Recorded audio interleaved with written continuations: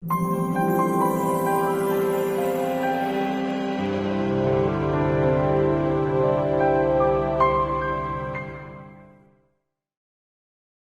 I am Dana Barton with Meeting the Challenge.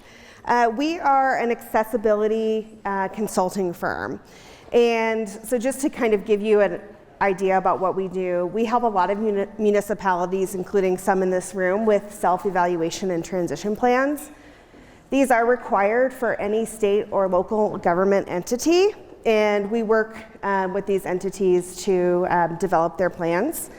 We complete facility audits for places like hotels, office buildings, banks, etc. We work with many architects on architectural plan review so that accessibility is thought about from the earliest stages of design. We do policy and procedure review to make sure that we're inclusive of individuals with disabilities. We do non-discrimination training and much more. We also operate the Rocky Mountain ADA Center, which you may have heard of. The Rocky Mountain ADA Center is one of 10 technical training centers in the United States. It's federally funded, and it provides free training, information, technical assistance, etc. And we've been running that grant since 1991. So I want to give a background on the ADA, Americans with Disabilities Act. A lot of folks think about it as a building code. We've got to make this ADA compliant. We have to have an ADA restroom or an ADA curb ramp. But the ADA is actually a civil rights law, and it prohibits disability-based discrimination. In the United States, depending on where you look for your information, it is said that there's 1 in 4 individuals have a disability, over 57 million. In Colorado, the way that that breaks down is over 227,000 people have a cognitive disability, 107,000 have a vision disability, over 285,000 individuals have an issue with mobility, and over 192,000 have an auditory disability. So again, I've said that the ADA is a federal civil rights law. It was passed on July 26, 1990 by President George H.W. Bush. And really it is to include individuals with disabilities into all parts of mainstream life.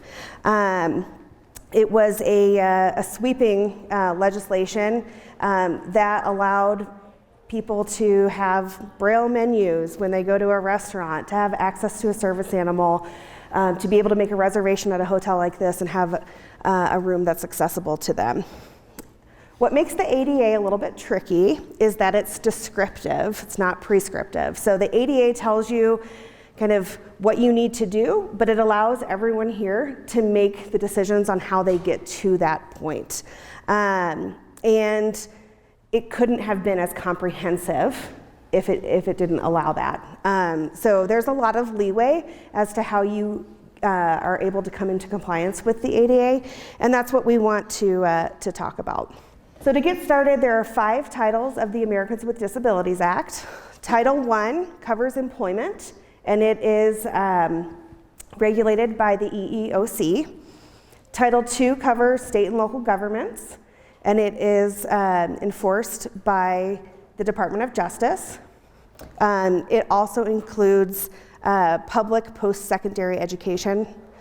Title III is places of public accommodation, your restaurants, hotels, movie theaters, office buildings, etc. It's also enforced by the Department of Justice. Title IV covers telecommunications, and it's regulated by the FCC. And then Title V has some miscellaneous provisions about how to go about filing a complaint, etc. So as you can see, the ADA really does touch everything that we touch every day, whether that's our communications, if we're going to go shopping at the grocery store, or how we're interacting with our local municipality. It does say that no qualified individual with a disability can be discriminated against based on that disability, and you cannot exclude them from your program services and activities. It also says that your relationship with an individual with a disability, you can't be discriminated on based on that. So if you have a spouse, let's say in an employment situation that you have a spouse with a disability, you can't discriminate against a person and say, well, we're not going to hire them because they might have to take their spouse to a bunch of doctor's appointments. That's covered under the ADA as well. Another thing to think of, and I hear this a lot in the work that we do, is the absence of participation by an individual with a disability isn't the test for whether or not your programs have to be accessible. So we do hear from time to time, well, we don't have anyone with disabilities who come to pay or to get a permit. Well, maybe they can't, and that's why you don't have anyone like that. So that's not the test, and you need to be thinking about how are you including people with disabilities, regardless of whether or not you believe that they're there and participating. I also hear a lot of folks, when I tell them what I do, say, well, that's great, ADA is great, but it just gives a lot of people some special privileges. They get better parking, etc.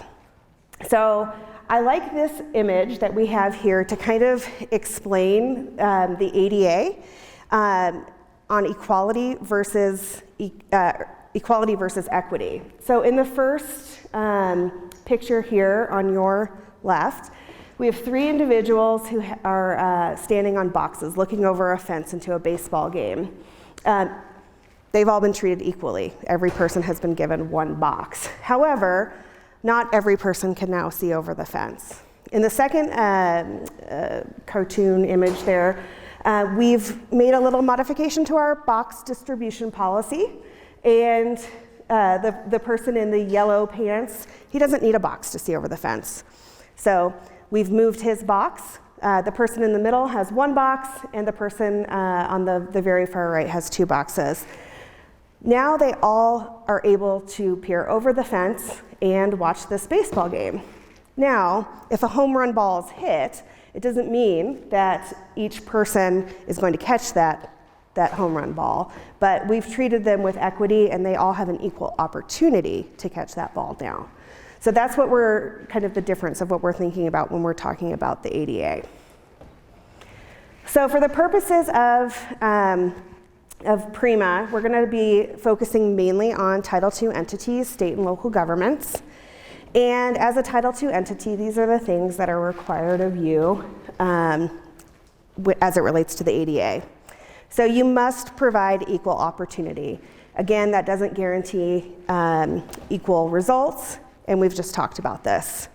You're not able to deny participation to an individual to any of your program services or activities. So you're not able to refuse admittance to a citizen to your city council meeting because the person's deaf. Moving forward, you're also not allowed to apply surcharges, meaning that if that individual who's deaf needs a sign language interpreter or some other kind of interpretation service, you're not able to move that surcharge onto them. That is something that you have to take on, pay for. You can't wrap it up into to other things as well, and that's something that should be built into your budget. You're not able to make unnecessary inquiries about a person's disability. So your staff should be trained not to say like, well, what's wrong with you? Or what kind of disability do you have? If you're having a summer camp, let's say, for children, that's being operated by your municipality, and you have a medical questionnaire that needs to be filled out, that's completely acceptable as long as the questions that you're asking relate to the activities that are happening at that summer camp, and that you're not using the information that's obtained from those questions to screen children out of that program. So you've got to be very careful about the questions that you ask. You're to strive for integrated, not separate programs. So again, the idea of the ADA is to integrate people into mainstream life. And so we don't want to only have separate programs for individuals with disabilities. You are allowed to have separate programs. So for example, maybe you have a rec center and you have some basketball leagues. It's perfectly acceptable to have a wheelchair basketball team or an open gym for individuals with mobility disabilities, but you can't make an individual only use that program. You are to make reasonable modifications to your policies and procedures to permit participation. And so this is something that you should really be training your department heads, managers, et cetera, on how do you make those modifications to a policy. So maybe you have a policy that says no animals are allowed in this building. Well, if it's a service animal, you would make a modification to that policy. So you need to be looking at your policies for that. You must provide accessible transportation if you do provide transportation. And then also, any of your contractors need to adhere to all of this as well. The example that I can come up with most is a lot of folks have rec centers that are maybe the YMCA or Apex in Colorado runs the programs. They are still responsible for adhering to Title II. As it relates to public works, and we're getting into buildings, and we talk about facilities, any facility that was designed, constructed, or altered for the use of your public entity must be readily accessible to and usable by individuals with disabilities. The ADA does require at this point any new building that you build must be accessible. And so I hear often, well, this is a brand new building, y'all don't need to come check it because it's great. We had a brand new building that we went in and looked at that had over 120 deficiencies. So there's a lot that goes into it that you need to look at, and we're going to talk more about that. And then any state or local government that makes an alteration to the building then must bring it into compliance. And I want to define what the alterations are for you. So an alteration to an existing facility is any physical change that could affect the usability or access of the facility. So these are things like remodeling, renovation, rehabilitation, reconstruction, historic restoration, or any kind of changes to the structure, moving a permanent wall or even a full height partition. Things that are not considered alterations aren't going to affect the usability of the building. So those are things like normal maintenance, painting, re-roofing, asbestos removal, or updating any kind of mechanical or electrical system. So those are things that as you're looking at buildings and maybe you have an older building that you're going in and renovating, you may have to bring that into compliance based on those things. So I said earlier at the beginning that every Title II entity is required to have a self-evaluation and transition plan. The self-evaluation is your assessment of current conditions, and it's really an internal review of your policies, practices, and procedures to ensure that people with disabilities are included in all your services, programs, and activities.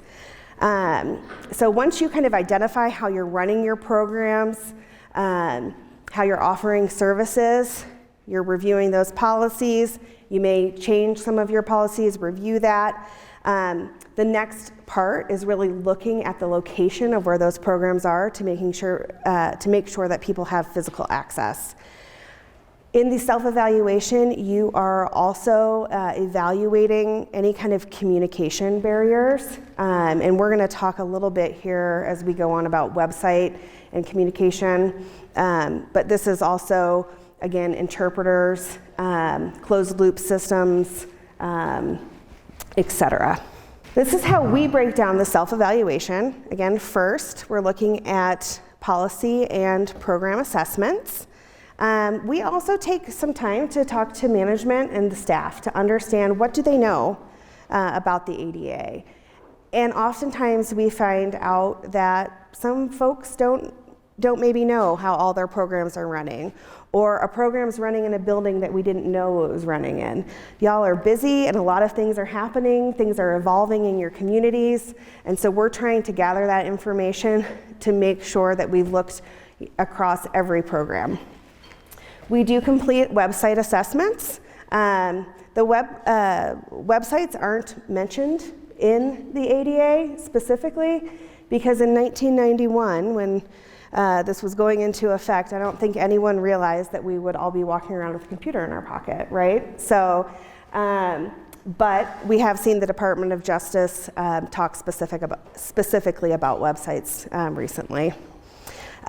We complete a facility and public right-of-way assessment. And once we've looked at where your programs are, where they're running, what facilities people are participating in your programs, and then we look at the physical facility assessment, we then prioritize how are you going to fix any deficiencies that are found. And that can be a really, really overwhelming task if there are a lot of deficiencies. And so we want to make sure that we're providing the most access to the most number of people and prioritizing that. And from there, you develop a transition plan. The ADA also says that individuals with disabilities, as well as organizations that represent them, are allowed to give feedback. And so there is a public outreach and a public comment period that would be included in your ADA transition plan. During the self-evaluation, you are required to make sure or to allow members of the public to review what you've evaluated and to track and list the individuals who you consulted with to identify the areas that you examined and any problems that may have arisen, and then describe any modifications that you have made to your policies, etc. And all of this should have been done for your community by 1993. So what we have found is a lot of communities maybe did that in 1993. I recently met with a client who was like, no, we never did one. And then by the time I got back to my office, he was able to scan me like a typewriter written one that hadn't been looked at. But programs change. You've added things, you've taken them away, you have different services now, you have new buildings, you've leased a building to someone else, etc. And so this is something that really should be looked at on an ongoing basis. And we recommend the ADA coordinator is a person to help you with that. So some administrative requirements are to name an ADA coordinator. How many of you in this room are the ADA coordinator for your community? Okay. What about the rest of you? Do you know who your ADA coordinator is? Yes? Oh, well, good, good. A lot of times this falls to, in that other duties as assigned that you see. But this can be a full-time position. And I imagine if you talk to any of the folks that we've worked with in this room, they would all encourage you to go back and try to figure out how to have one person where that is their job, because this is an ongoing process.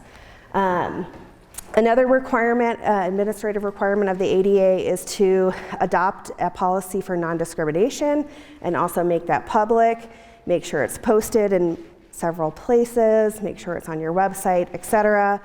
And then establish grievance procedures and make them public so that if someone does have a grievance, they come to you first, not the Department of Justice.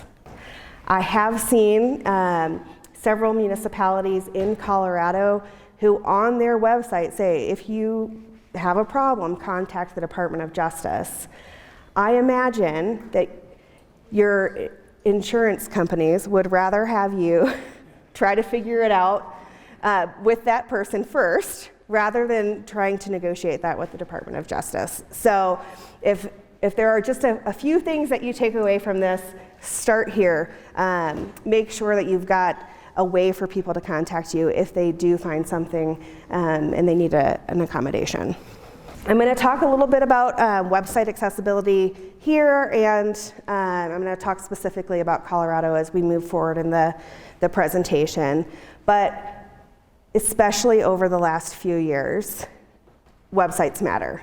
We are doing so many things virtually. In fact, this conference last year was a virtual conference. So making sure that your website is accessible is really important, because it does provide the same access to individuals with disabilities as others. we are all looking to use services online. I will tell you that I'm much more likely to watch a city council meeting or Board of County Commissioners meeting online than taking the time to drive there and sit. I think most of us are multitaskers, so I do like watching that from my computer while I can do other things. So we're relying on websites for a lot of aspects of our daily living. So in your communities, people might be looking up the bus schedules, fare information, finding health and safety resources. You know, when Colorado went to the whole dial system during COVID and you were trying to figure out what you needed to do, where you were going online to find that information, access to voting information. I mean, these are the types of things that people in your community are doing on a daily basis, and it's really important to have your website accessible to all. If your website is not accessible, it's really limiting how a person can receive that information for your services, activities, and programs. The Department of Justice, as I mentioned earlier, has consistently taken on the position that ADA's requirements apply to all of your services, programs, and activities, including those that are offered online. And I'll give you some more examples of those later. And Colorado has taken an even stronger stance in the past year. So we've talked a bit about the self-assessment, what we've done to look internally at our policies, communications, et cetera. The next step is that transition plan. And so if structural changes are required to create program accessibility, you need to list those in a transition plan and identify the steps that you're going to take to come into compliance. So the first step is to identify physical obstacles. We are using the ADA standards, the 2010 ADA standards for accessible design. That's the most recent design criteria. And anyone who's in your maintenance or building department should know what those are. If an element does not meet those 2010 standards, you need to describe how you're going to fix them, how you're going to bring that element into compliance. And from there, you identify a schedule to complete. So when is that going to be completed? Like an actual date that that's going to happen.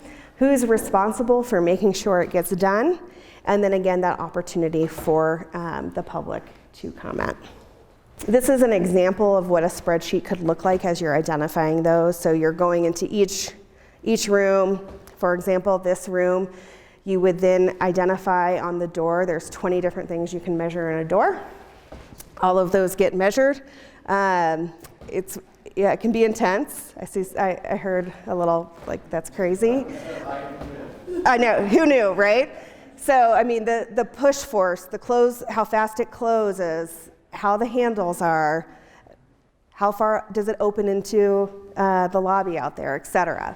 So you're identifying all of those little elements, and then you're determining whether or not it affects program access to your program. So does that door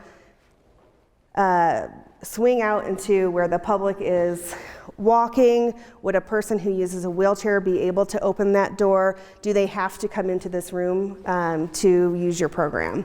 So you're looking at all of those things and identifying where it does not comply with program accessibility or program access. And we put extra columns in there so that you can say who's responsible, when you're going to get it done, and then mark that you've gotten it done. That also seems to be a reoccurring theme when I'm talking to municipalities, that we've looked at stuff, but nobody has any idea if anything ever got updated. And it takes a long time to look at all of these different elements. And so if you're not tracking when all of those things are updated, there is a potential that you might have to go back and look again.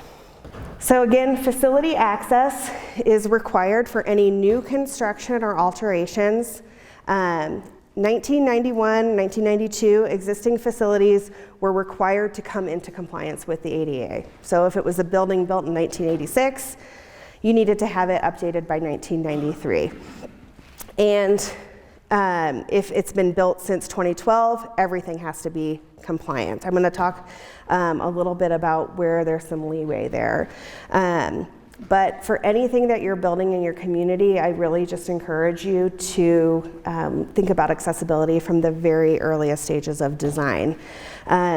You need to be building your facilities in compliance with the 2010 standards, ADA standards for accessible design. And you are, again, looking at program accessibility for any buildings built before 1992. In the transition plan, as I've already mentioned, you're collecting relevant accessibility data from the doors, from the restrooms, from the parking lots, et cetera. And then you're comparing those deficiencies to the ADA standards, the public right-of-way accessibility guidelines for your sidewalks, curb ramps, et cetera, Architectural Barriers Act and the Outdoor Areas Act, and looking at your program access. I like to bring up primary function areas and path of travel. I think that's a very important thing to look at. A lot of folks think go straight to restrooms when they're thinking about accessibility. But my thought process is if someone can't get through the front door of your building, whether or not the restroom's accessible doesn't matter, right? So we're looking at primary function areas, so anywhere that people are carrying out the major activities for which your facility is used. That's going to be a primary function area. Things that are not included in primary function areas are things like mechanical rooms, boiler rooms, janitorial closets, supply closets, et cetera. And then you're also looking at the path of travel. And so that is a continuous accessible path to all the different elements that someone may use inside a facility. So where they're served at the front desk, to the restroom, and further on into your building. But you're really looking at those first few path of travel and primary function areas when you're assessing your facilities. The ADA does require that you use the 2010 standards for accessible design. It requires that all elements within an accessible space must be accessible. These standards are developed and recommended by the U.S. Access Board. They were most recently updated again in 2010 and went into effect in 2012. They tell you how many different elements you have to have. So if there's entrances, 60% of your entrances must be accessible. Things like that. So they're telling you how many things you need to have. In a hotel like this, it gives an idea of how many different accessible rooms have to be available at each different level, whether it's a double, king, etc. So this is where you go to find out whether or not you're in compliance. I mentioned earlier that there's a little bit of leeway. Something I also hear a lot is that we don't have to make this facility accessible, we are grandfathered in.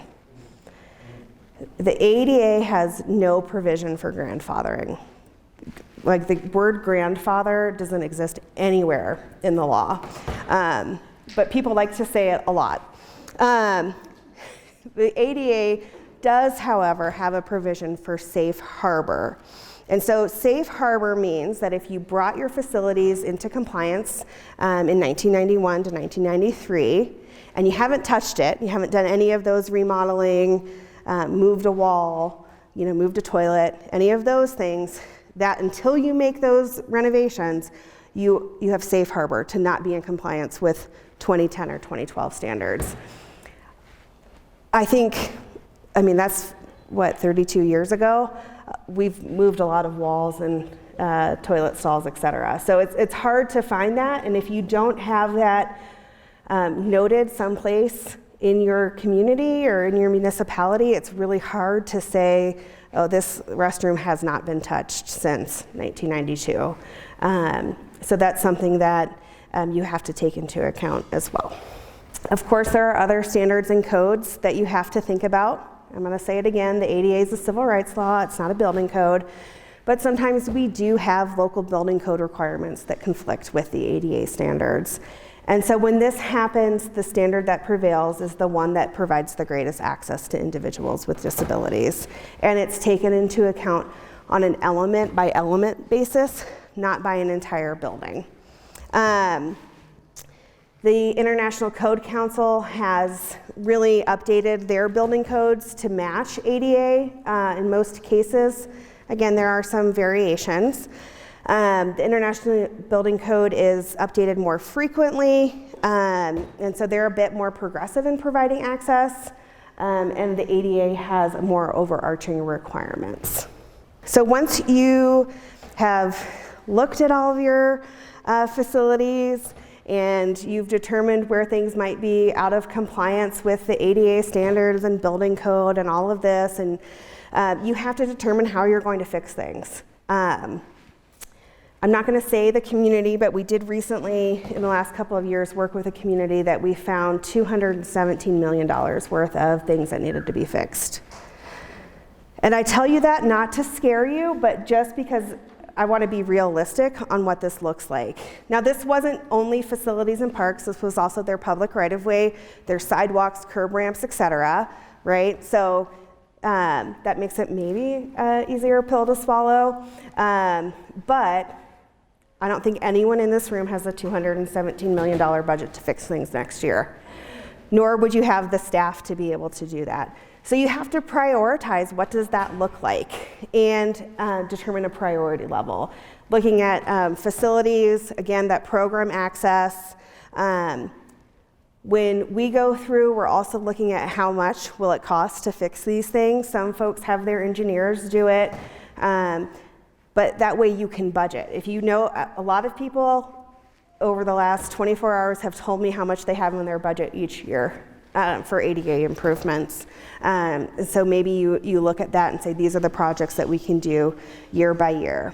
And then you draft a schedule for your ADA program, and that is based on the priority.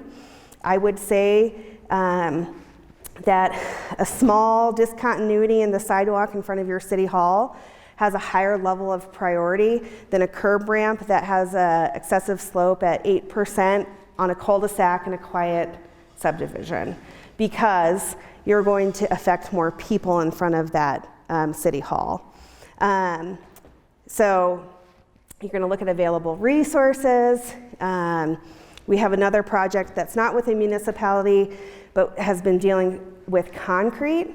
And I had no idea until the last couple of months that there's a concrete shortage, right? So you have to look at all of these things and try to figure out how you're going to schedule this, get the funding, and then assign a person to oversee each of these projects. I want to go back to program access. When a barrier is found, you really do need to think, does this prevent someone from being able to access our services programs or an activity that we're putting on? If it doesn't, move on.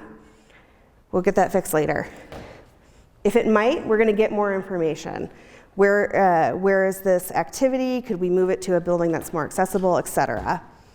If it is going to affect program access, you're going to want to look at safe harbor provisions. You know, was this compliant in 1991 and we haven't touched it? You're going to want to create a list of barriers that need to be removed and provide those recommendations. We provide a transition plan data table, like the one that I showed you before, simple Excel table that any of you, I think, could probably track. When we're dealing with public right-of-way, the sidewalks, curb ramps, we're overlaying that into your GIS systems and the maps that you have.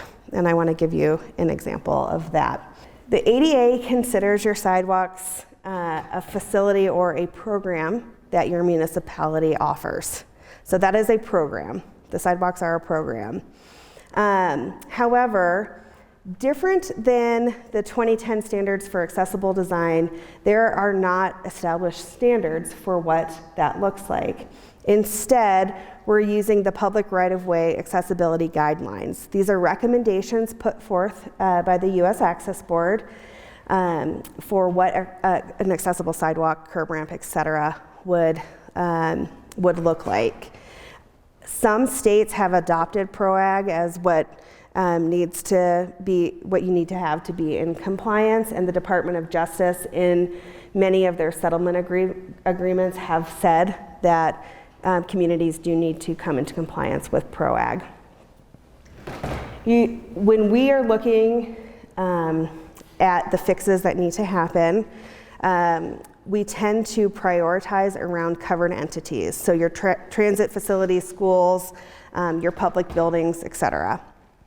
And then when you're assigning how to do alterations, you're going to want to look at the scope of the project and the feasibility. Colorado's a tricky place because we are not flat, right? So some of the guidelines that talk about slope and grade, you have to use designers and engineers to really look at how might you accomplish that in mountainous areas or hilly areas. The other thing, when you're fixing your sidewalks, your curb ramps, you're not allowed to decrease access. So if you have an intersection with 4 curb ramps and they're all busted up, the solution cannot be to just get rid of the curb ramps. That does not count as a solution. And this also becomes tricky because jurisdiction varies. CDOT probably has some corridors that they're responsible for. You might tie into another community, whoever's next door. An HOA is different than what the city or county is responsible for. So it's very important to start talking to all of the stakeholders as you're looking at the barriers in your public right-of-way. And I just wanted to show you a few examples of things that we see every day in the public right-of-way. So this picture on the left has a fire hydrant straight up in the middle of the sidewalk, which would be a huge bummer if you were using a wheelchair or if you're a kid riding a bike, or, you know. And then the picture on the right shows a crosswalk and also a pedestrian push button to be able to cross the street, but there is no curb ramp. There's a curb ramp on the far side, so we're leading people across the street where they might trip over a curb, etc. So these are, again, these are things we see every day. You don't want to do that. I've talked a little bit about public input. You are required to solicit public input and collect their responses and respond back to them on your draft self-evaluation and transition plan. You can do this however you like, whether you hold a public meeting in person or an online meeting. It's very important if you're doing an online meeting to make sure that it is, in fact, accessible. You're required to document responses and then revise your plan as necessary. So as a community, you've kind of determined here's the schedule that we're going to have to update things. We had one community where maybe they had 25 parks, and we'd listed out the order in which the parks were going to be renovated, and the community came back and said, actually, parks 3 and 4 are more important than parks 1 and 2. And so the community listened to that feedback and made that adjustment. Once you have all of that together, there's the formal adoption of the transition plan. I know I'm drilling this into your head, but you've got your prioritized list of barrier removal projects, how you're going to fix it, the schedule, who's responsible, and then the plan is adopted generally by the governing body, the county commissioners, city council, etc.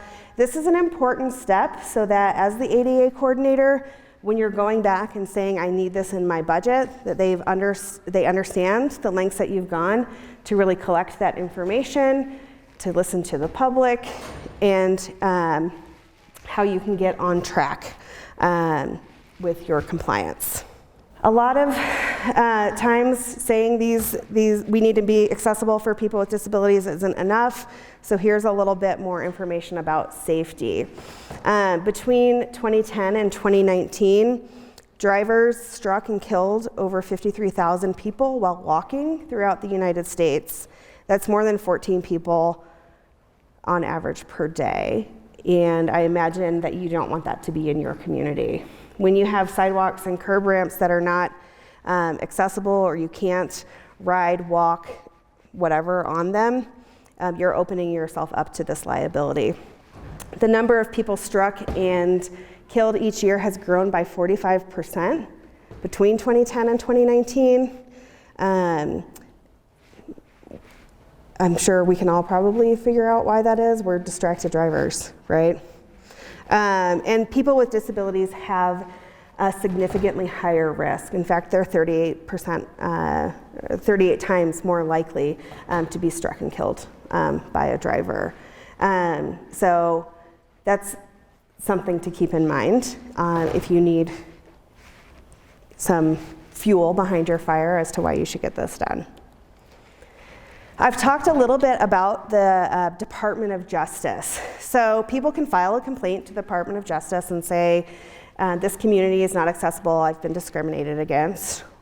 They take complaints that way, but they cannot possibly review and investigate every complaint of a violation. And so what the Department of Justice does is they have this thing called Project Civic Access.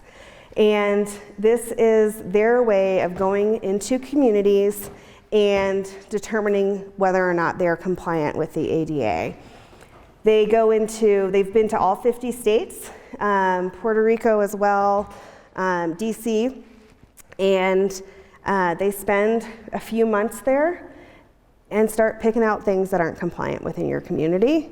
And then they present that to the community when they're done and say, you're in violation with this list of items. And then they give you a timeline for how that needs to be fixed and when it needs to be fixed.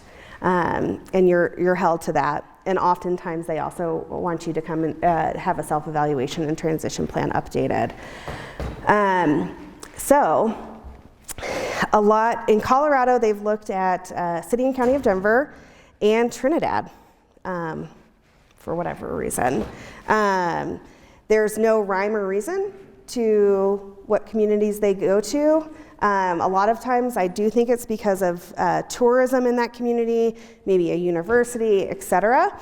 But they're going to big cities, small towns, et cetera. So no one is immune to a Project Civic Access coming in and looking.